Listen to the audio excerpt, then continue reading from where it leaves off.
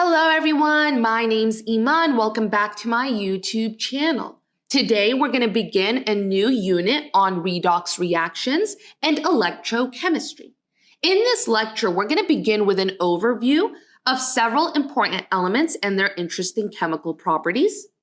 Then we're going to discuss how sulfuric acid is produced. And finally, we're going to build towards the fundamentals of oxidation and reduction, including how to assign oxidation numbers and how to balance redox reactions in neutral solutions. Let's go ahead and get started with our first objective, where we're going to go over several important elements and their interesting chemical properties. We begin with boron.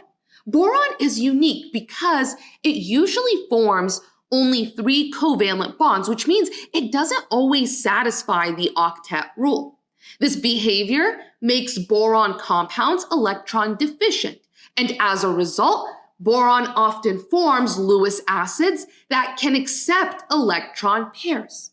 In everyday life, boron appears in compounds like boric acid, which is used as an insecticide, and borax, which is a component of cleaning detergents. Both of these make use of boron's ability to form stable covalent networks with oxygen. Next up is nitrogen. Nitrogen has quite the range of oxidation states, from -3 to +5. The oxidation state of an atom, that represents its effective electron ownership, and it tells us whether the atom has gained or lost control of electrons within a compound. This concept is important because changes in oxidation state indicate that electrons are being transferred, which is pretty much the essence of redox chemistry. All this to say that nitrogen's ability to exist in multiple oxidation states allows it to form an enormous variety of compounds. When nitrogen is in its lowest oxidation state of -3, it forms species like ammonia and amines, which are essential components of fertilizers and biological molecules. At higher oxidation states, nitrogen appears in nitrites, nitrates, and nitrogen oxides, which are used in explosives, in the formation of smog, and in medical and industrial contexts, such as nitrous oxide, which is commonly known as laughing gas. Carbon is yet another versatile element, and it forms the backbone of all organic molecules. It can exist in several solid forms depending on how the carbon atoms are bonded and arranged. And these different structural versions of the same element are called allotropes. Now, in graphite, the carbon atoms are sp2 hybridized, and they're arranged in flat hexagonal layers. Within each layer, the atoms are going to be connected by sigma bonds, and the leftover p orbitals, they're going to overlap to form what is called a delocalized pi system. That delocalization is what gives graphite its ability to conduct electricity.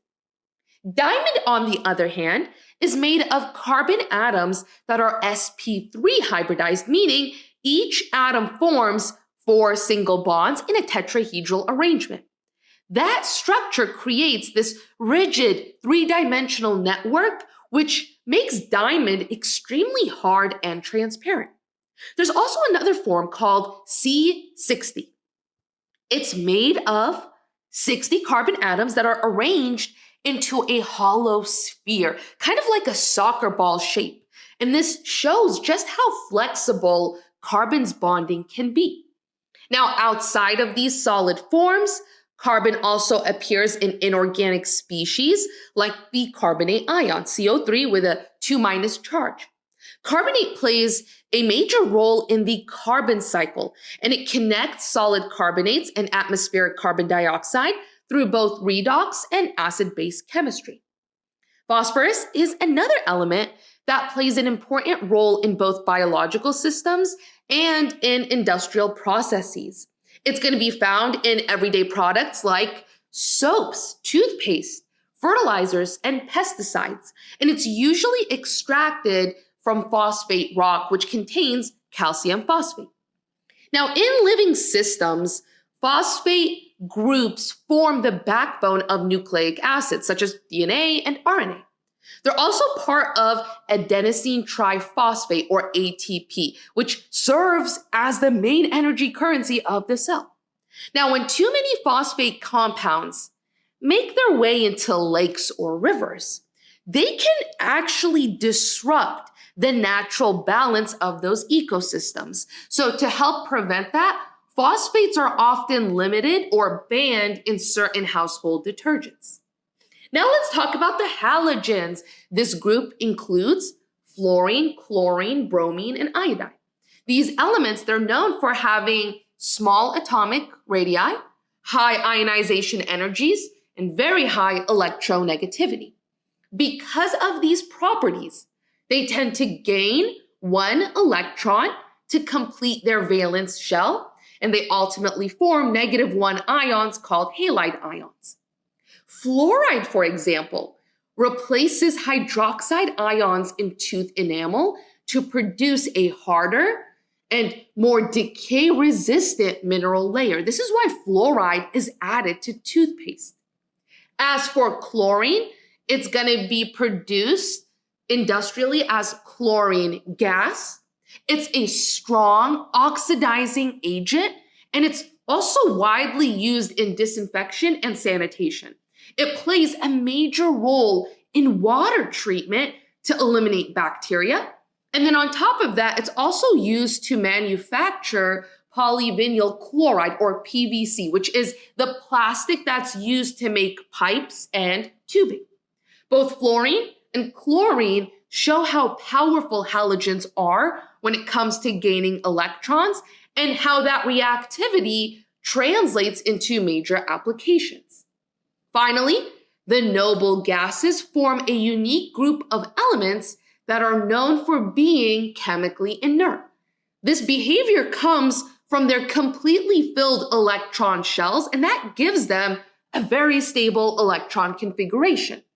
Because of this stability, they generally do not react with other elements. But even though they are unreactive, noble gases are used in a wide range of practical applications. Helium is used as a cryogen to reach extremely low temperatures, especially in scientific and medical equipment. Argon is commonly used to create an inert atmosphere during welding or in lab settings where we need to prevent other gases from reacting. Neon is used in lighting, and it produces the familiar red-orange glow that's seen in certain neon signs. Now, because noble gases resist chemical change, they're ideal in situations where stability is needed and where unwanted reactions must be avoided. With that, let's go ahead and tackle a couple of practice problems together. The first question asks, which species below does bleach contain that explains why it's so effective at disinfecting surfaces? To answer this, let's recall what we just said about chlorine. Chlorine is a strong oxidizing agent, and it plays a major role in both sanitation and disinfection. In fact, the active ingredient in bleach is usually sodium hypochlorite. When it dissolves in water, it forms hypochlorous acid, which is a chlorine-containing species. This compound is highly reactive, and it damages microbial cells by oxidizing key structures like proteins and membranes. That's what makes bleach such an effective disinfectant. So, with all that being said, the correct answer is C, chlorine. Now, as for the other answer choices, fluoride is used in toothpaste to strengthen enamel and prevent tooth decay. Sulfuric acid is used in industrial applications like fertilizer production, but it isn't found in bleach. And metal oxides, they have a range of uses, but they don't contribute to bleach's disinfecting properties. Let's do the second problem now. The second problem says, which of the following statements is false? To answer this, we need to evaluate each statement.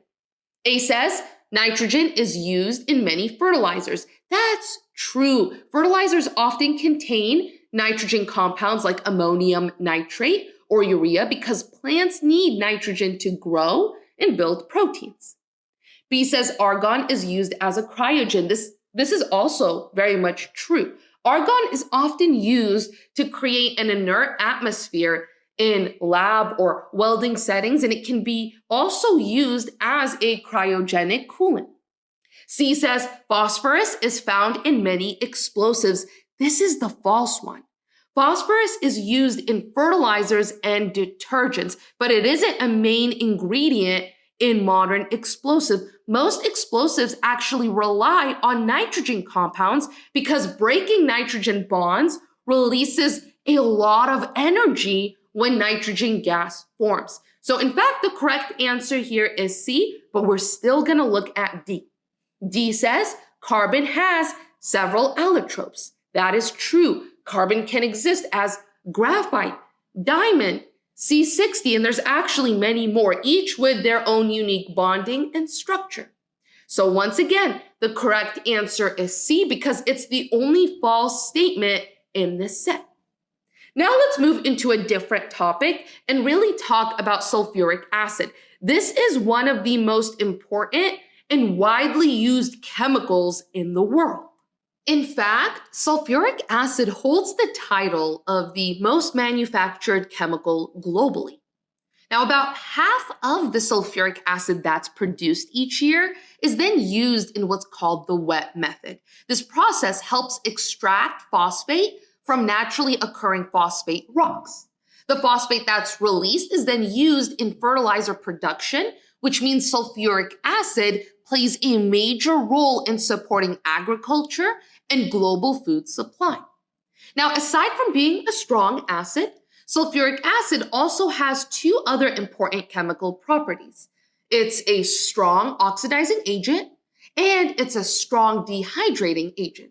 So in other words, it doesn't just donate protons like we expect from an acid, it also pulls electrons away from other species and removes water from compounds, making it really useful in a wide range of industrial and chemical reactions.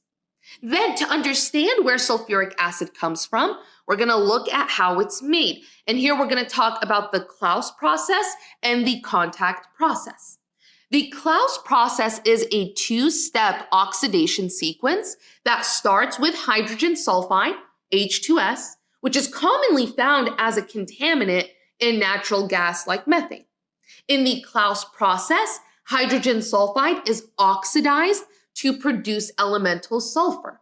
That elemental sulfur is then used in the contact process, which is a four-step oxidation pathway that converts elemental sulfur into sulfur trioxide and then eventually into sulfuric acid.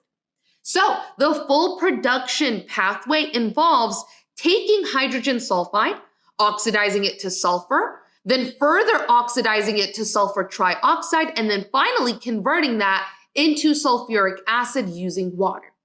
These are all examples of oxidation reactions, meaning electrons are being removed from the sulfur-containing species at each stage. So oxidation is really the driving force here. Now let's apply this understanding to a quick concept check. The question asks, which of the following statements about sulfuric acid is not true? Option A says that a key intermediate in its formation is elemental sulfur. That's a true statement. We just saw that elemental sulfur is produced in the Claus process, and then it's used in the contact process to go into sulfur trioxide and then eventually form sulfuric acid. Option B says that sulfuric acid is primarily used in the wet method to solubilize phosphate in rocks. This is also a true statement. That's the largest single use of sulfuric acid worldwide. Option C says that it is the most manufactured chemical in the world. Again, that's absolutely correct. Finally, option D says that the reactions that produce sulfuric acid are primarily reductions. This is the statement that is not true. So we just discussed sulfur goes through a series of oxidation steps in both the Claus and the contact processes. Therefore, the correct answer is D because it is the only false statement from these options. We are now ready to explore what redox reactions really are and how we classify them. Redox reactions, short for oxidation reduction reactions, involve the transfer of electrons from one species to another. What defines a redox process is that as one substance loses electrons, another simultaneously gains them. This pairing is required by the principle of conservation of charge. Charge cannot simply disappear or appear. It has to be accounted for. So if one atom or ion gives up electrons, those electrons must go somewhere. The substance that loses electrons undergoes oxidation, and the substance that gains those electrons undergoes reduction. A helpful way to remember this is through the mnemonic, Leo the lion goes grr. Losing electrons is oxidation, Leo.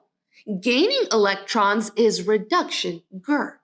Alternatively, you might find oil rig more helpful. Oxidation is loss, reduction is gain, specifically of electrons. To see this in action, let's look at the reaction between solid magnesium and hydrochloric acid.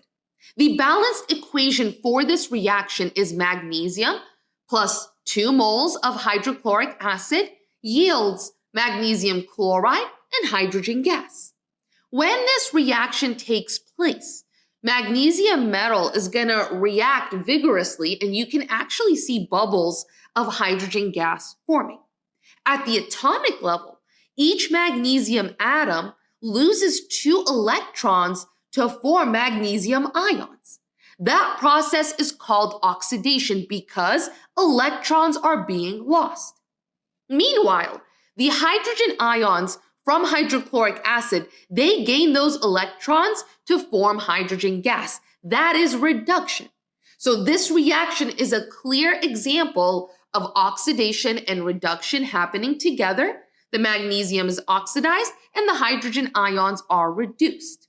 Now, you might be wondering, how do we know which species is oxidized and which is reduced? Well, later, when we learn to assign oxidation numbers, we're going to be able to determine this more properly. For now, it's really just important we get comfortable with the language. So again, oxidation means the loss of electrons and reduction means the gain of electrons.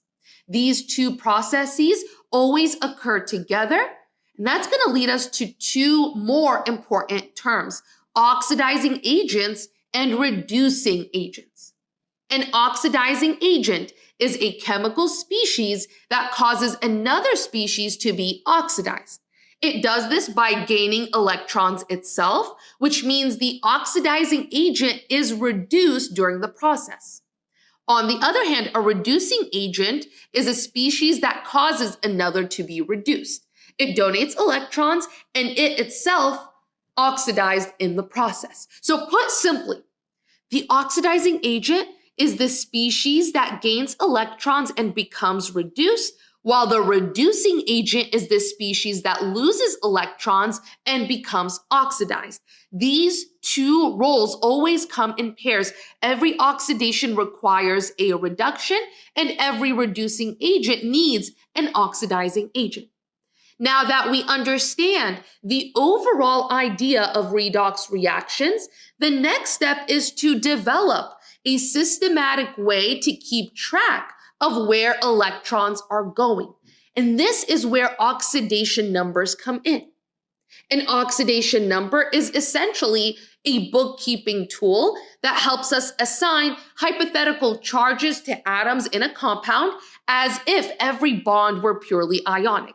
Now, even though many bonds are actually covalent, this convention allows us to follow electron movement conceptually. So by using oxidation numbers, we can determine which atoms lose electrons and which ones gain them during a chemical reaction. So in other words, oxidation numbers let us identify which species are oxidized and which species are reduced. There are a few important rules we use to assign oxidation numbers correctly. And understanding them is going to be absolutely essential before we ever start balancing redox reactions. So let's go through those rules one by one. The first rule is that any element in its pure elemental form has an oxidation number of 0. This includes diatomic elements like hydrogen gas, oxygen gas, and nitrogen gas, as well as metals like copper or sodium in their solid metallic forms. These species are not bonded to any different element, so there's no electron transfer that would create a charge. So for example, in hydrogen gas, H2, each hydrogen atom is going to have an oxidation number of 0. And the same applies to oxygen in O2 and nitrogen in N2. The second rule states that for a monatomic ion, which is an ion that's made up of a single atom, the oxidation number is just equal to its ionic charge. So for example, in manganese, Mn with a 2 plus charge, its oxidation number is just going to be +2. Aluminum in Al with a 3 plus charge, that's going to have an oxidation number that matches its charge. So its oxidation number is +3. What about fluoride ion? It has a -1 charge. That means its oxidation number is also -1. These cases are super straightforward because the oxidation number simply reflects the ion's charge. Now, the third rule deals with binary compounds, which are compounds that are made of 2 different elements. In these compounds, the more electronegative element is assigned a negative oxidation number equal to the charge it would have if the compound were purely ionic. That means we imagine all the electrons in the bond belonging to the more electronegative atom. Now, to fully apply this rule, we need to look at some periodic trends and general patterns that help us assign oxidation numbers correctly. It's also important to recognize that these rules follow a specific hierarchy. That means when 2 rules seem to conflict, the rule with higher priority takes precedence. If you always apply them in the correct order, you're going to catch every exception automatically. Let's start with the most simple and most predictable elements. Alkali metals, which are going to be the elements in group 1. They always have an oxidation number of +1 in their compounds. This rule has high priority because these metals almost always lose a single electron to form a stable cation. So for example, sodium in sodium chloride, it's going to have an oxidation number of +1. Next, the alkaline earth metals in group 2, they are also very predictable. They always have an oxidation number of +2. These metals lose 2 electrons to form stable ions. So magnesium in magnesium chloride, it's going to have an oxidation number of +2. Now, hydrogen usually comes next in the priority order. Hydrogen almost always takes an oxidation number of +1 when it's bonded to non-metals. So think about water or hydrochloric acid. Those are 2 instances where the oxidation number of hydrogen is +1. However, when hydrogen is bonded to a metal, such as in sodium hydride, it's going to switch to -1. And this change happens because metals are less electronegative than hydrogen. So hydrogen takes on the negative oxidation state in that situation. What about oxygen? Oxygen typically follows hydrogen in the priority sequence. In most compounds, oxygen has an oxidation number of -2. So oxygen in water or carbon dioxide has an oxidation number of -2. However, there are 2 key exceptions.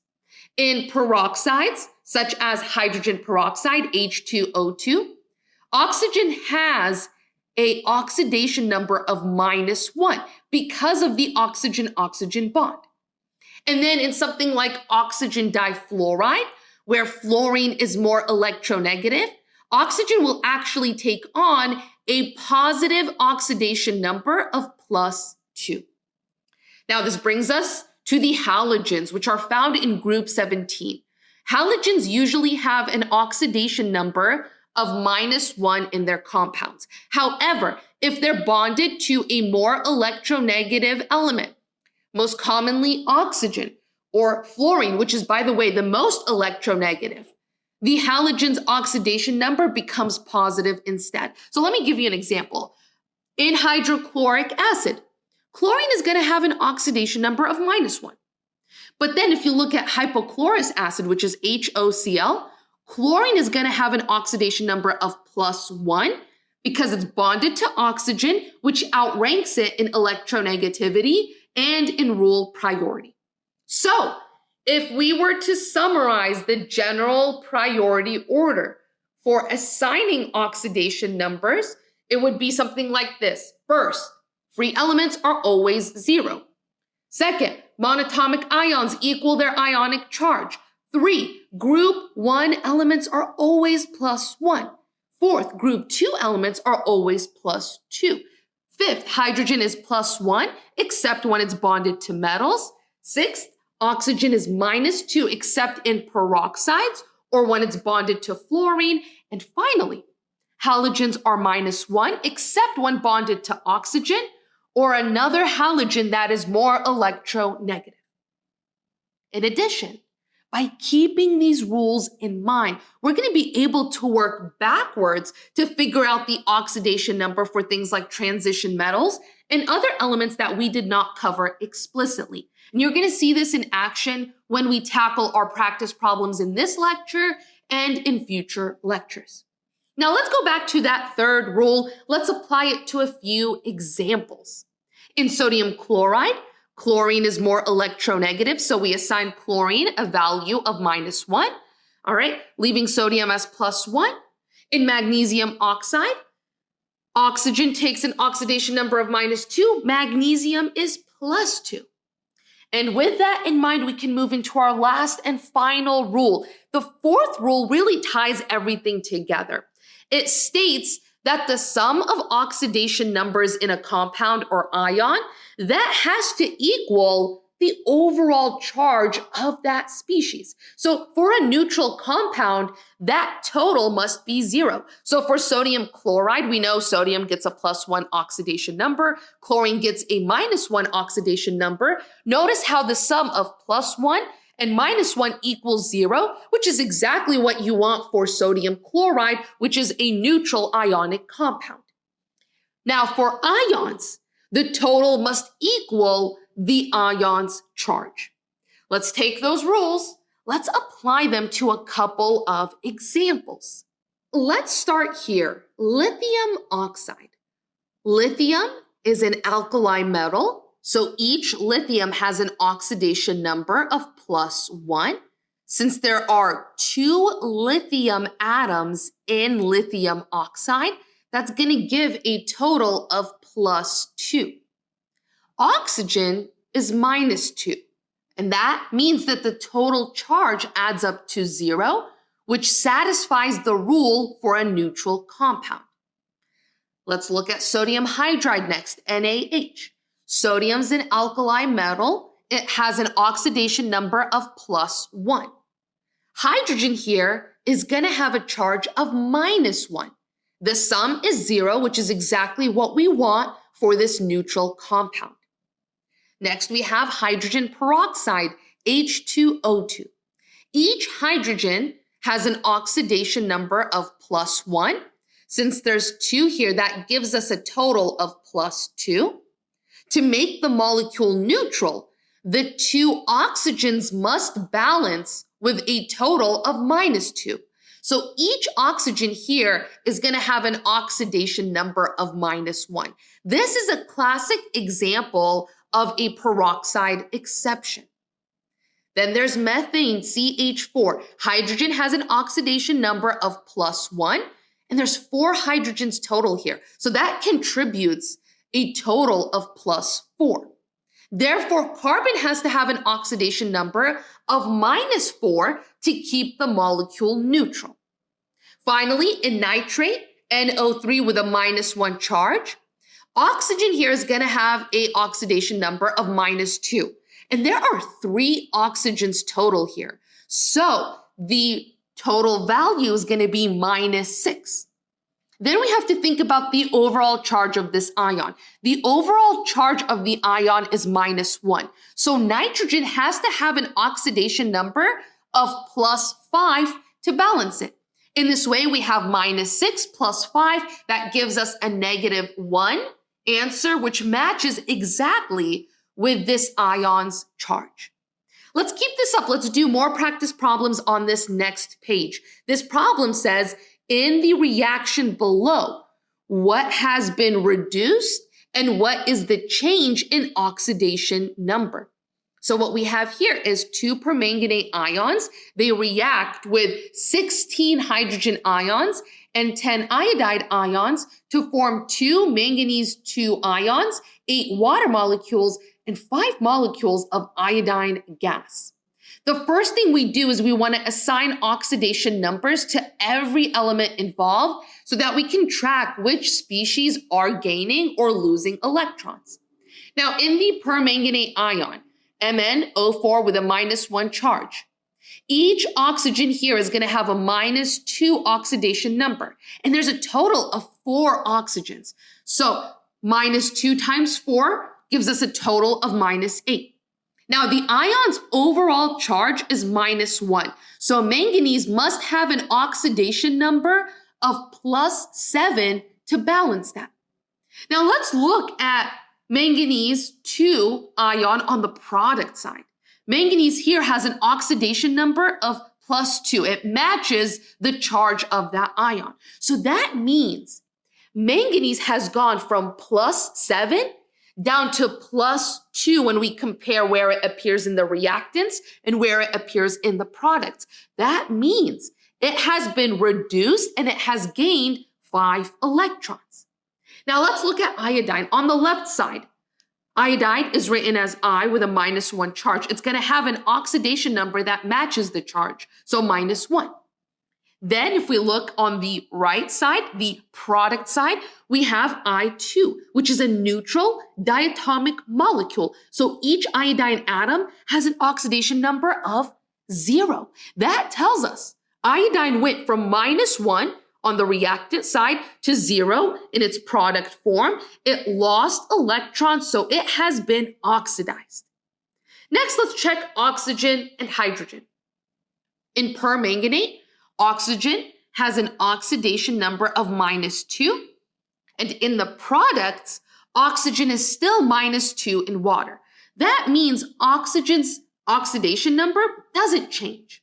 Same goes for hydrogen. Hydrogen starts as H+ on the reactant side, and then it ends up as a hydrogen in a water molecule on the product side. In both cases, its oxidation number remains +1. So hydrogen also doesn't participate in the electron transfer. By confirming this, we can then see clearly that the redox process involves only manganese and iodine. So in this reaction, manganese is the element being reduced and iodine is the element that's being oxidized. So the permanganate ion acts as the oxidizing agent because it causes iodide to lose electrons, while iodide acts as the reducing agent because it donates electrons that reduce manganese. And with that, we've solved this problem. Let's look at one more. This problem says silver is plated on copper by immersing a piece of copper into a solution containing silver 1 ions. In the plating reaction, copper is blank. To understand what's happening, we're going to have to track oxidation numbers again. Copper starts in its elemental form, so its oxidation number is 0. Silver ions in solution, they're going to have a charge of +1, so their oxidation number matches that, also +1. In the reaction, copper atoms lose 2 electrons to become copper 2+ ions in solution, while the silver ions gain electrons to form solid silver metal, which has an oxidation number of 0. That means Copper is being oxidized, it's losing electrons, and therefore copper is the reducing agent. Silver ions, those are being reduced because they're gaining electrons, and therefore silver ions are the oxidizing agent. So when the question asks in the plating reaction, copper is blank, the correct answer is that copper is oxidized and is the reducing agent. Now that we know how to assign oxidation numbers, the next step is to learn how to use them to balance redox reactions. When we balance a redox reaction, what we're really doing is making sure that the total number of electrons that are lost in oxidation is exactly equal to the number of electrons that are gained in reduction. In neutral water, this process is simple, clear, and there's a systematic set of steps that we can just follow very easily. The first step is to assign oxidation numbers to every atom involved in the reaction. This is going to let us identify which element is being oxidized and which element is being reduced. The oxidation number increases for the elements that lose electrons, that's oxidation, and it decreases for the ones that gain electrons, that's reduction. Once we know which atoms are changing, step 2 is to create brackets around them to clearly mark the oxidation and reduction processes. This is going to help us isolate the parts of the reaction that actually involve electron transfer. Step 3 is to balance the atoms. We need to make sure that the total number of atoms for each element on both sides is the same. And when we do this, the charge around each bracket also gets multiplied, since balancing atoms means adjusting how many electrons are being lost or gained. Then finally, in step 4, we can find the least common multiple between the number of electrons lost in oxidation and gained in reduction. This is the key to balancing the electron flow. Once you find that least common multiple, you'll multiply the entire oxidation and reduction brackets by whatever number makes the total number of electrons equal on both sides. Let's see how this works in practice. In the first example, we're asked to balance the reaction between copper 1 ions and iron metal. The unbalanced reaction is copper 1 plus in aqueous solution plus solid iron yields iron 3 plus in aqueous solution and solid copper. First, we're going to assign oxidation numbers using the rules we've established. Any free element has an oxidation number of 0. So iron in the solid state is 0, and copper metal on the product side is also 0. For monatomic ions, we know the oxidation number equals the ionic charge. So copper 1 plus on the reactant side has an oxidation number of +1, and iron 3 plus on the product side has an oxidation number of +3. Now we can identify what changes. Copper goes from +1 to 0. That is a decrease in oxidation number. So copper is reduced, and it must gain 1 electron per copper ion. Iron, it goes from 0 to +3. That's an increase. So iron is oxidized, and it must lose 3 electrons per iron atom. As of right now, the atoms are balanced, but what about the charges? To figure that out, we can write the 2 electron bookkeeping changes as half steps. So we said that copper 1 plus is reduced, so it gains 1 electron to become copper metal. We write that out fully. We said that iron metal is oxidized and it loses 3 electrons to become iron 3 plus. We write that out fully. We now have to make the total electrons lost equal to the total electrons gained. The least common multiple of 3 and 1 is just 3. So we then multiply the copper change by 3 so that the reduction consumes 3 electrons, which matches the 3 electrons produced by the oxidation of 1 iron atom. Now, translating that back into coefficients, we place a 3 in front of copper 1 plus on the reactant side and a 3 in front of copper metal on the product side. The balanced equation is now 3 copper 1 plus an aqueous solution plus 1 iron solid yields 1 iron 3 plus an aqueous solution and 3 copper solid. Finally, we triple check the atoms and charge. For copper, we have 3 on each side. For iron, we have 1 on each side. Atoms are balanced. Now, the total charge on the left is 3 times plus 1 for a total of plus 3. And then the total charge on the right side, on the product side, is plus 3 from iron 3 plus. So the charges also match. Both mass and charge match. So the reaction is balanced in neutral water, and that is perfect. Let's do another one just to make sure we get in the flow of things. So here we're going to do the reaction of iron metal with fluorine gas to form fluoride ion and iron 3 plus. The unbalanced reaction is iron solid plus fluorine gas yields fluoride ion in aqueous solution plus iron 3 plus in aqueous solution. First thing, we're going to assign oxidation numbers. Iron metal is 0 because it is a free element.